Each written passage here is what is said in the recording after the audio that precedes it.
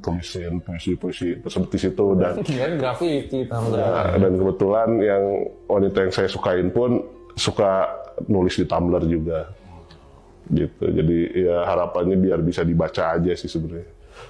Sebelum kita bahas detail tentang pertengkaran itu ya, pernah ngalamin mimpi-mimpi yang horor juga nggak? Kalau itu saya selama pernikahan pernah sih. Jadi di tahun kurang lebih sih tahun 2019 atau 2020 gitu. Saya nggak tahu itu mimpi atau kenyataan ya, karena rasanya nyata sih. Jadi saya lagi tidur waktu itu sih pulang dari Bandung ya, dari rumah mertua. Sama itu juga habis cekcok di jalan. Karena apa? Saya lupa lagi karena apanya, cuman yang jelas posisinya kan saya capek nih abis nyetir, jadi nggak saya tanggepin. Ya akhirnya kita pisah kamar lah, istri saya sama Al tidurnya, saya tidur sendiri gitu.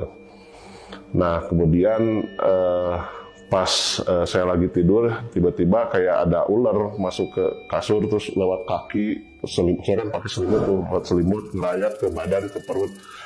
Nah saya kaget gitu kan, langsung bangun, saya cari, takutnya memang ular beneran gitu, karena kerasa ini banget, nyata banget kerasa ininya, sentuhannya gitu.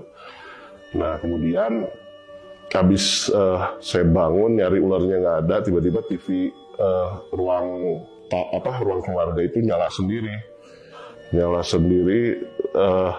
Saya langsung ngecek kan, siapa tahu apakah memang Echa bangun itu nonton TV atau gimana ya. Saya cek keluar, pas saya keluar tiba-tiba lampu di rumah itu mati nyala sendiri tuh beberapa kali. Saya matiin TV, terus saya gedor-gedor Echa, takutnya Echa kenapa-napa kan. Saya bangunin, nggak bangun-bangun juga. Akhirnya saya masuk lagi ke kamar buat tidur, terus tiba-tiba ada suara cekikikan. Nah itu, habis itu saya langsung pakai selimut tutup ya, agak serem juga saya sendiri kan tidur di kamar. Itu sih pengalaman menyeramkan, karena saya jujur dari kecil itu skeptis sama hal mistis gitu, jadi kurang begitu percaya. Cuman kalau sering dengar suara sih, suara misalkan kayak buka pintu sendiri, kayak ada masak di dapur itu. Oh sering.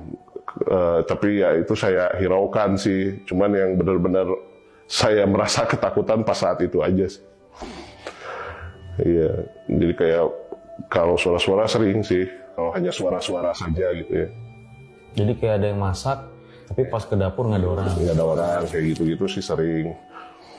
Terus yang paling sering lagi kayak di atap itu kayak suara kayak di bom apa gitu, beledak gitu, kayak kalau kata orang sih kiriman gitu ya.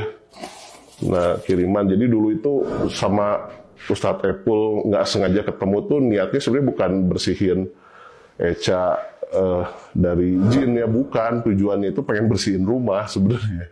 Awalnya itu karena kan berkali-kali diganggu itu ya, kayak suara-suara, terus ada suara kayak kiriman gitu. Saya negatif thinkingnya seujonnya bahwa ya suara ini gara-gara kiriman tadi yang beledak itu gitu. Mikirnya kiriman karena apa tuh? Nah mungkin ada orang yang nggak suka sama saya atau Echa gitu. Saya mikirnya kayak gitu. Jadi ya minta tolonglah ke Ustadz Epul biar dibersihin gitu. Karena kan itu titik saya minta tolong itu pada saat yaitu tadi belatungnya udah kemana-mana gitu di dalam rumah. Kalau selama diganggu bertahun-tahun sih cuma di teras doang biasanya belatungnya itu, nggak sampai masuk rumah. Cuman karena udah masuk rumah ya kita jenuh lah masuk rumah, akhirnya ya kita minta Ustadz Epul buat. Sempat mikir nggak belatungnya muncul dari mana gitu?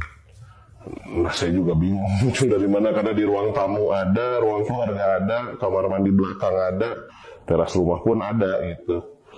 Jadi ya saya berpikiran negatifnya, wah ini mah pasti kiriman gitu, maksudnya ada yang nggak suka gitu sama saya ataupun nama. Tapi belum mikir bahwa itu untuk merusak rumah tangga tuh belum mikir? Belum, nggak ada mikir itu, karena kan saya dari awal nikah pun udah dikasih istilahnya dikasih kenyataannya, oh gini istri saya tuh memang emosian gitu, emosional banget gitu. Jadi ya saya yang ibaratnya saya yang jadi karetnya lah, yang ibaratnya mau ditembak berapa kali pun saya fleksibel gitu.